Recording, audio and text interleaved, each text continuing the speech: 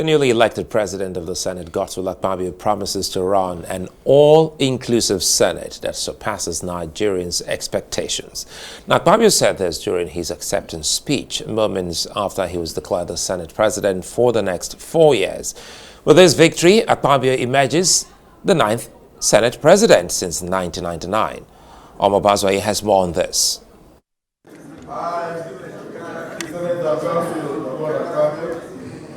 Nigeria has a new Senate president, and he is the former governor of Akwa State, Godswill Akpabio. Akpabio won the privilege to become the next Senate president after a keenly contested election between him and the former governor of Zamfara State, Abdulaziz Yari.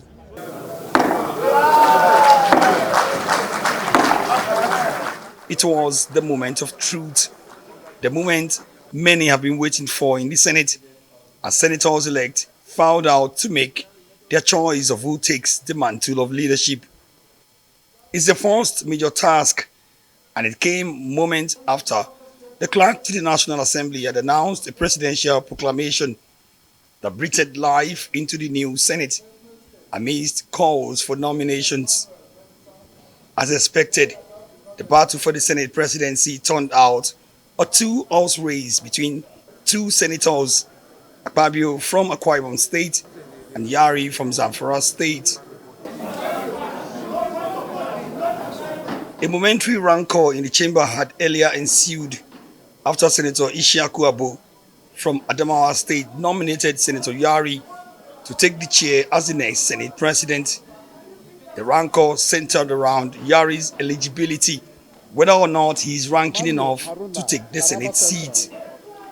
But it didn't take time for the boiling anger to simmer down and for the clerk to order that the contest be put to voting, and in an open secret ballot manner. At the end of the voting and counting, Akpabio with 63 votes emerged the winner and thus declared the Senate president for the 10th Assembly, leaving his main challenger Abdulaziz Yari with 46 and the consolation of putting up a spirited fight. I will dwell on Nigeria. I will make a very big difference. I assure you that my reputation precedes me. I track record is there for all to see. We are so much so ready more so to cooperate and work in line with our president.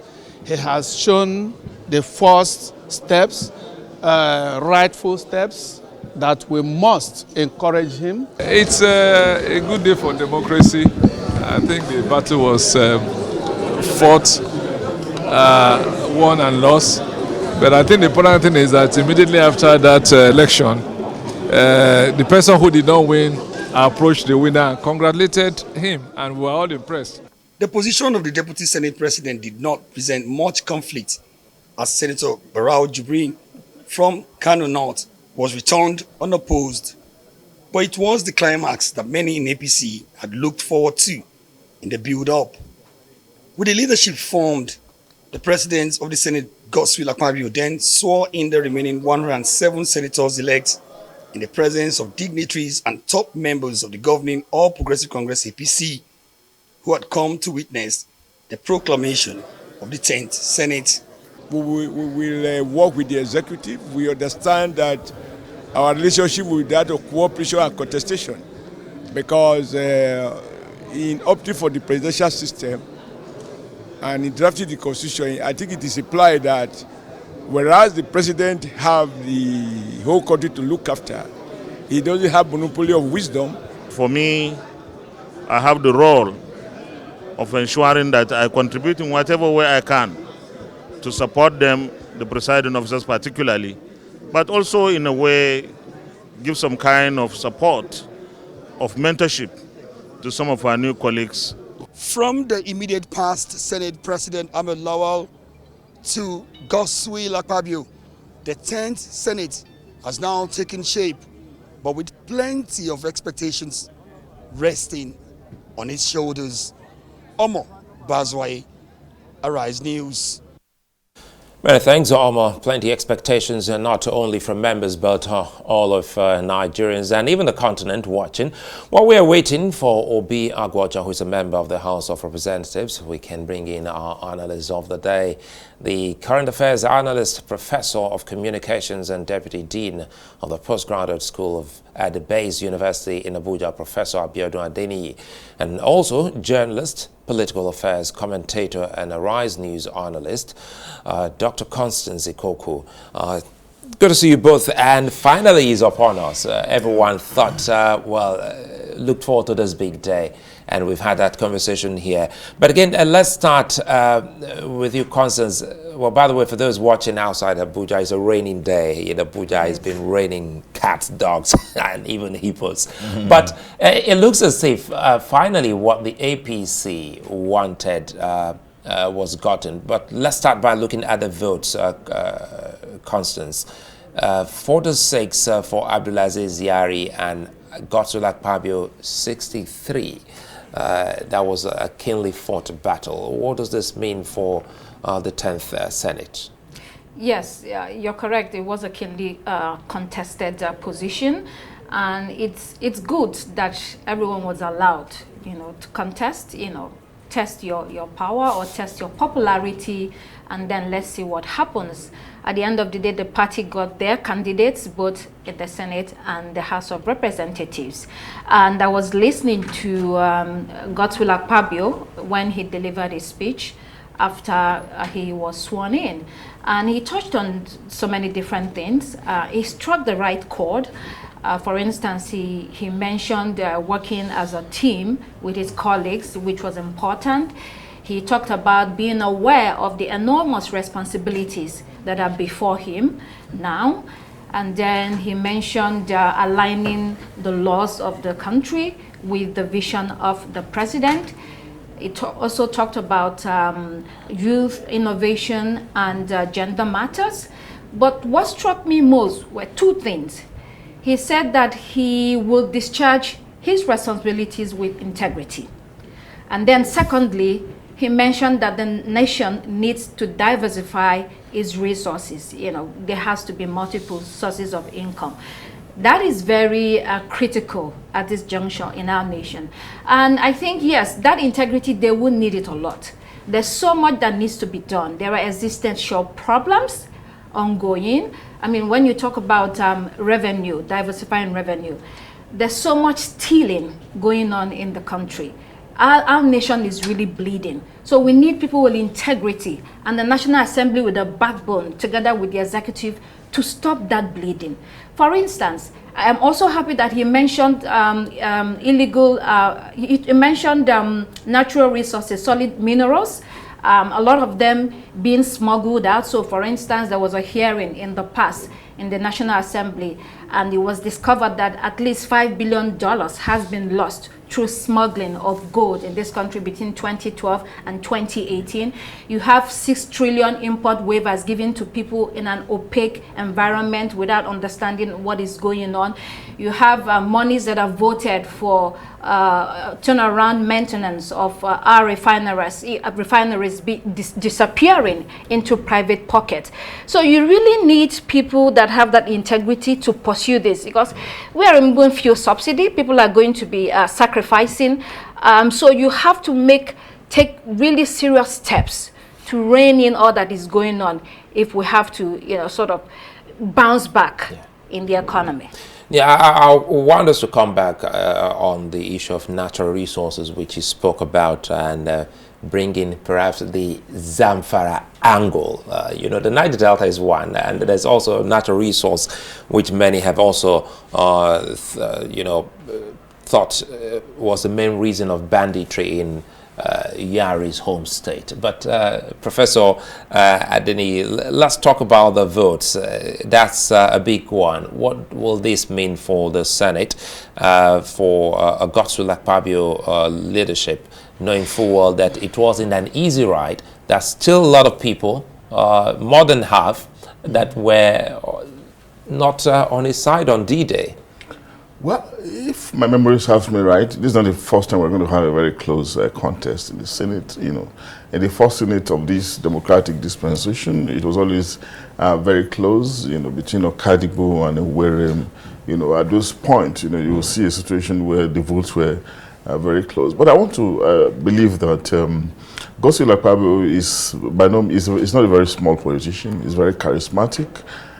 He's very suave. You know, he's imbued with substantial rhetorical flourish, you know, and it could be good in maneuvering, you know, in winning over people who are not necessarily with him over time. You know, our system, political atmosphere can be very fluid. Yes, there might be people who didn't vote for him, but in no time you could see him, if he's smart enough, like I trust, you can see him, you know, winning their love, you know, at some point. So it may not necessarily mean that they will continue to be in the opposition at the end of the day. And do not forget that very shortly, committee positions will be allocated. You know, different opportunities are in front of them. They will not want to continue the agitation, the disagreement, as the case could be, you know, believing that they also have a greater role to play in the Senate. Most of them are always, like they always tell us, and like we're going to believe, they're always in a hurry to make their mark, you know.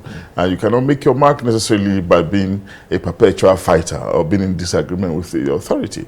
And like Senator Benga Daniel said, you could see immediately after it was obvious that Akpabio was going to win. Senator Elisha Abo went and embraced Akpabio. And of course, Akpabio and Yari too were warm in embrace. And of course, in his speech too, Akpabio acknowledged, praised Yari, you know, saying that he is going to work with him. It's going to be a cardinal point, you know, somebody that is going to partner with. So you can see rapprochement already beginning, and I think this is going to be elevated, you know, because if you look at the Senate generally, it's not a place where you can work in silos. You need cooperation.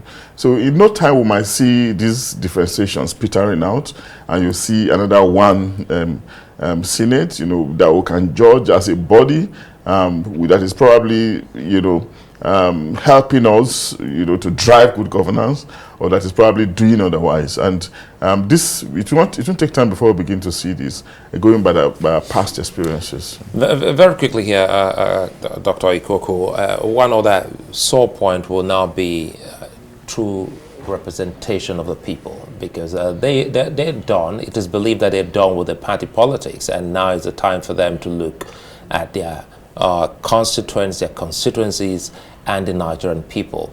In the days to come, the president may likely also be turning his list of ministers. Now, perhaps let's first set an agenda for the Senate. I want to go back to the issue of natural resources. It's very key here. We have a bleeding nation and a bleeding economy, and there's hardly any state you don't have a natural resource or resources. How do you think, because this may just amount to words, how can the National Assembly truly activate this to the extent that states can have access to such resources and get the economy busy again? It all boils down to sincerity. You know, a lot of the people that come into power some of them never dreamed of doing that. They got there by chance. And then some did prepare for it, and when they get there, they get carried away. And the influence and the pressures from left, right, and center, and they forget the reason why they got there in the first place. And I go back to what he said about integrity. There's an integrity deficit in government among politicians, and it cuts across parties. It's not only the APC, it's also the PDP. You would find it in ABGA, you would find it in Labour. So the question becomes, this assembly now, the last assembly, you know, people felt like it was almost a rubber stamp, and it wasn't very vibrant and active as it should be. Mr. Godswill Akpabio has said, you know, the laws have to align with the vision of the president. Yes, it should. At the same time, the assembly should be such that will constructively defer or disagree with the executive arm of government, if and when need be. Why? Because they're two different arms of government, and they are working for the interests of the people. They are paid by the Nigerian nation, by me, myself and yourself, to work in the interests of the country. So these are issues that need to be trashed out, especially going back to what you mentioned, revenue.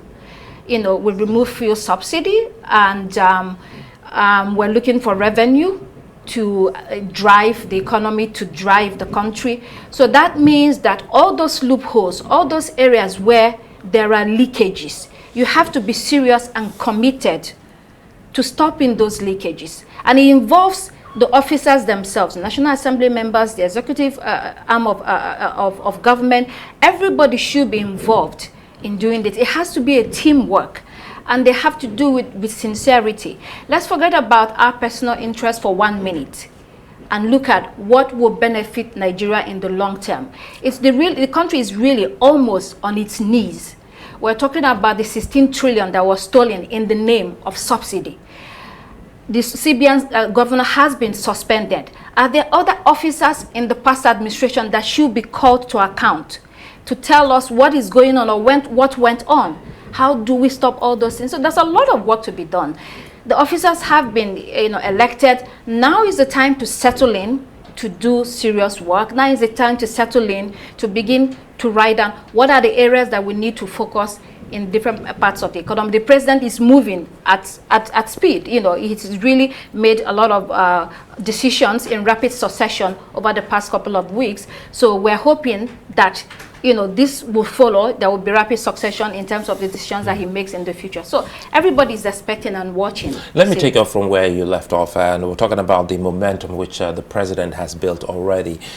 Can the National Assembly sustain that on the back of the talk of natural resource? I still want to stay on that just a bit, because I recall then it was in 2020 that I think there were these issues of the gold in Zamfara state, illicit mining of our natural resources in so many other states. How can we actually, through the National Assembly, activate in the same speed as we've seen the president lately? Well, I think beyond gold, gold is obviously solid minerals. There's also agriculture, if we're talking about diversification. There's also steel development. Do you know why I like to stay on that natural resource? Yeah. Sometimes it looks as if we just have oil. Yes. And we talk about agriculture. No, I'm coming. That's what we sometimes sell to the people. Yeah. And we have some crop of people who sit somewhere, and that was when the president, at the point in time, the former president, declared a no-flight zone, because smaller aircrafts were dropping in some of these places and taking away our common good. Well, that's a shame of our country. If you remember, Suleiman, we've been talking about diversifying our country, our economy away from the monocultural status we have always been for many years, And of course, we've got so many alternatives, like I was trying to mention, agriculture, solid minerals, like you mentioned, steel development is there. That one is comatose with our experience with Ajakuta. Very unfortunate. Yes, we can deal with the question of inefficiency, the absence of productivity on the part of our institution. We can blame several things, for the fact that we'll not be able to register successes in these areas, But again, in the new dispensation, what can happen really is the vision of the executive. The National Assembly as a body can only operate from the prism of private member bill, which can originate from groups and interests, as the case could be, but essentially from private member bill. But of course, we know that executive bill often have potency much more than private member bill. So the vision largely rests at the level of the executive. And of course, what are the things that the executive will be thinking about that will need some level of regulation, some regulatory mechanism, that the National Assembly will enhance. I do not think there's anything that's particularly new that has not been legislated upon, really. If you look at it, all we've been trying to do in the last couple of years is just to strengthen existing legislation, to maybe amend it, improve it, and all of that in accordance with changing realities. There's actually nothing really new if you look at many of these bills critically. But again, it comes down to implementation. To what extent have we been executing, the bills that we have in place, Of course, in that regard, you will know, it will lead us again to the question of the failure of our institutions, the fact that our institutions are weak. And when we're talking about institutions, We're talking about the ones that are physical and the ones that are virtual, or the ones that are actual and the ones that are virtual. All these are still very weak. But again, we need leadership to strengthen those institutions. And the mindset of a leader that will strengthen it is one that is concerned about leaving legacies. Not one, that would want to enjoy his or her ego, his or her pride and prestige, that want to further the culture of feudalism, the culture of the rentier system, the culture is of just me, I am the state, like the famous philosopher who want to call it that I am the state, so everything should be around me. No, everything should not be around you. You are merely supposed to set a direction. For in the interest of sustainability. So when you are not there, you can see the system functioning fine in the interest of not just the present generation, but generation yet unborn. And that's why Constance was kept happy on integrity, trust, and all of that. All these things can be enhanced if we have a very strong institution. It may not even matter at the end of the day about individual predilections, individual emotions, sentiments. Once institutions are strong enough, the humans, populating the system will be regulated by those institutions. But our bane is still the weakness of our institutions, and that's why we're seeing some of these things not working fine the way we want. The weakness of our institutions, and Dr. Constance Ikokwu, how can we strengthen through our representatives, talking about the National Assembly, these institutions? Because we all know what to do. Tell me the region in the country that doesn't have a resource or resources to actually make us a better and a prosperous nation. What can the National Assembly do? This whole talk, I'm running away from the cliche through federalism. So I don't want to do cliches here. So, but what can they do to truly help us get these up and running? So not only what they can do, what can we as Nigerians do as well? Because this is our country. We have to be involved, we have to participate, we have to be engaged, we have to hold them to account. And individually, the president makes a lot of appointments. For instance, all the parastatals, the president makes those appointments, right? Most government offices, the president makes the appointments. So when he's making the appointments, are they picking the right people? Because, for instance, you see an organization like the EFCC, the Economic and Financial Crimes Commission, which was set up under President Olusegun Obasanjo to fight corruption. And they really worked, the pioneer chairman worked so hard to make sure that Nigeria becomes a nation that corruption was no longer our tag. They did a fantastic job for 8 years. But now you hear stories like the EFCC chairman, someone accusing them, or the EFCC itself as an institution, people accusing them of, stealing the money that they have recovered from other people. What kind of country does that thing happen? And the person is still sitting down there. Doesn't he need to be investigated? These things need to be investigated. So the people that you're picking for certain positions, or all the positions, you have to make sure that they also have that integrity.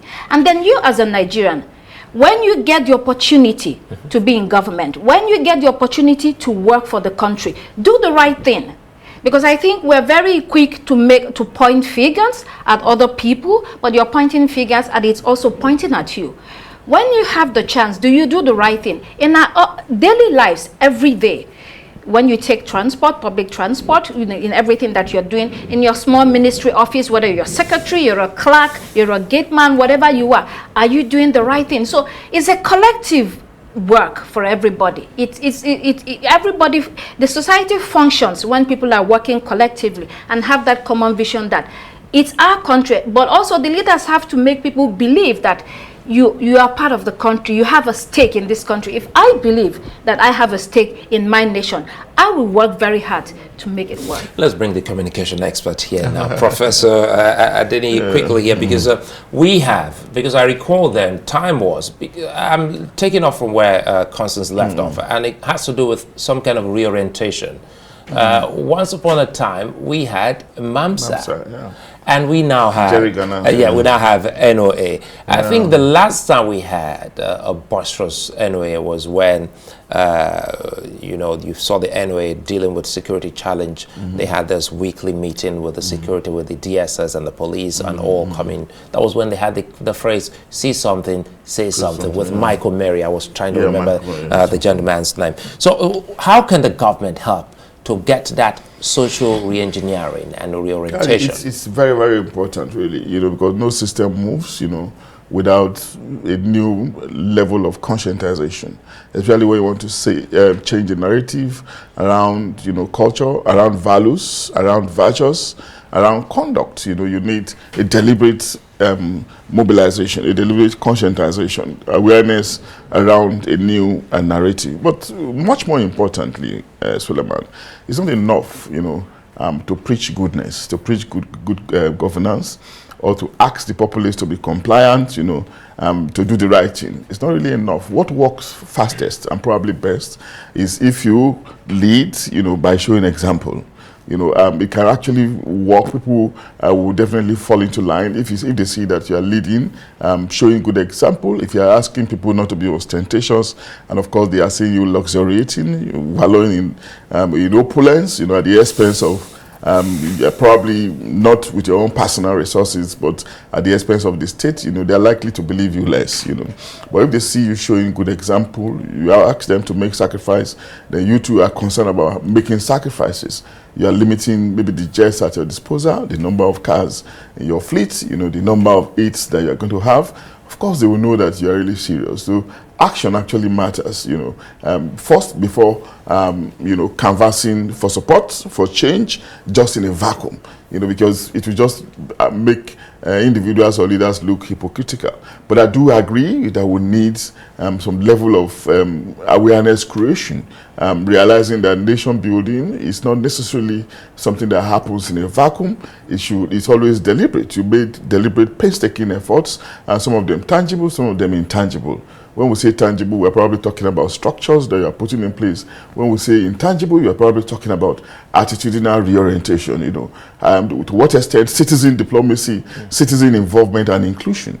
To what extent will you say they are involved? Have you galvanized them enough for them to believe in their Nigerianness, like we see in some other countries? All these things work together, so if we realize it, well, I'm not going to say that the new president has started badly. The enthusiasm is there.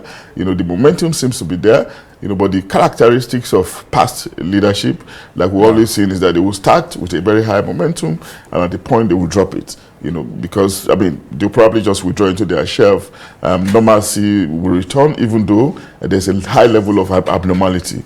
We hope that this is going to be different. It will sustain the momentum, and probably try to change the narrative around the lethargy that we have seen in governance in past years. Well, it's a fine place for us to leave it here. I'd like to thank you for your time, Dr. Constance Ikokwu and Professor Abiodun Adeniyi. And many thanks more, especially as you brought in the perspective of the Nigerian, spirit. We need to really work on that some other time.